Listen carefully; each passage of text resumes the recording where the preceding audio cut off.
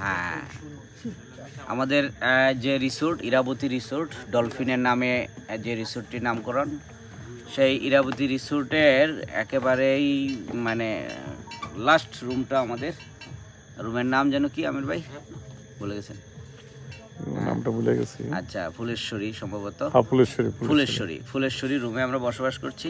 Room থেকে অনেক দূরে পানি ছিল, ভাটা ছিল দুপুরবেলা, কিন্তু এখন জোয়ারের টানে পানি এত কাছে চলে আসছে, মনে হচ্ছে যে রুমে প্রবেশ করবে ভাব। সেই আতঙ্ক বিরাজ করছে আমাদের মাঝে, কারণ লেখা আছে কুমির আছে এই জলে। ঘরে কিন্তু ঘরে যদি কুমির ঢুকে যায় সেই ক্ষেত্রে আমাদের করণীয় কি, সেটা নিয়ে আমরা ভাবছি। এ ব্যাপারে পরামর্শ চাই। হ্যাঁ, পরামর্শ পরে, আগে এই আতঙ্ক কাটানোর জন্য আমাদের কি করা যায় সে নিয়ে আমাদের চিন্তা করতে হবে এখন। তবে সেটা আমরা দেখাতে চাই। এই যে দেখেন ভাই, এই যে একটু পানি দেখাই, এই যে দেখেন পানি। এই যে আমাদের রিসোর্টের নাম হচ্ছে ফুলেশ্বরী রিসোর্ট, ফুলেশ্বরী রুম আমাদের কক্ষটা। রিসোর্ট হচ্ছে ইরাবতী। এই যে পানির অবস্থা, এই যে পানির অবস্থা। আমির ভাই, ভিডিও ধরার জন্য আপনাকে অসংখ্য ধন্যবাদ। আপনি অনেকক্ষণ ধরে এই জোয়ার দেখতেছেন, করছেন।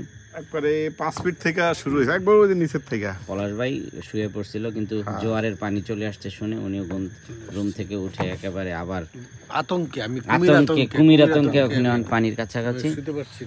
এই যে ঘুমানোটা নিরাপদ বলে মনে করছি। একটা কুমিরের বাচ্চা দেখা যাচ্ছে কিনা? না, বাচ্চা না, এটা একটা কাঠ।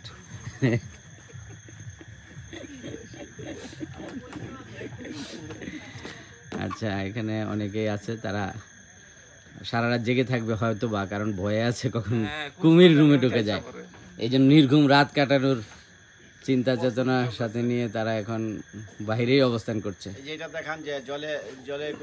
হ্যাঁ হ্যাঁ, সেই ঐতিহাসিক বাণী আমাদেরকে একেবারে ভাবিয়ে তুলেছে।